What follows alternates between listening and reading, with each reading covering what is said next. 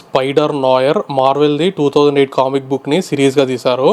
Total 8 episodes ఉన్నాయి, తెలుగులో ఉన్నాయి. 1930s జరిగే స్టోరీ కాబట్టి మనోళ్ళు ఒక్క పదం ఇంగ్లీష్ వాడకుండా మొత్తం అచ్చ తెలుగులో డబ్బింగ్ చేశారు. ఈ సిరీస్కి 2 వర్షన్స్ ఉన్నాయి, బ్లాక్ అండ్ వైట్ వర్షన్ ఒకటి, కలర్ వర్షన్ ఒకటి.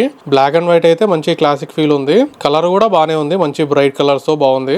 నేనైతే 2 అటు ఇటు మార్చి చూసిన. బేసిక్ ప్లాట్ ఏంటంటే 1930s న్యూయార్క్లో ఎర్త్ 90214 మార్వెల్ మల్టీవర్సెస్లో ఇదొక యూనివర్స్ అనమాట. ఈ యూనివర్స్లో జరిగే స్పైడర్ మ్యాన్ స్టోరీ ఇది. ఇందులో మామూలు స్పైడర్ మ్యాన్ లాగా ఉండదు స్టోరీ. 1930s స్పైడర్ మ్యాన్ ఒక ముసలి డిటెక్టివ్, అతని దగ్గరకు వచ్చిన ఒక కేసుని ఎలా సాల్వ్ చేశాడు, ఆ ప్రాసెస్లో అతను స్పైడర్ మ్యాన్గా ఎలా మారాడు, అతని ఫ్లాష్ బ్యాక్ ఏంటి అన్నది మొత్తం రివీల్ అవుతుంది. ఇందులో స్పైడర్ మ్యాన్ పేరు కూడా బెన్ రైలీ, పీటర్ పార్కర్ కాదు. పేరు మార్చుకున్నాడు అన్నారు, అసలు పేరు పీటర్ పార్కర్ అనేమో మరి, కానీ ఎక్కువగా బెన్ రైలీ అనే పిలుస్తారు మొత్తము. స్టోరీ స్క్రీన్ ప్లే బాగున్నాయి.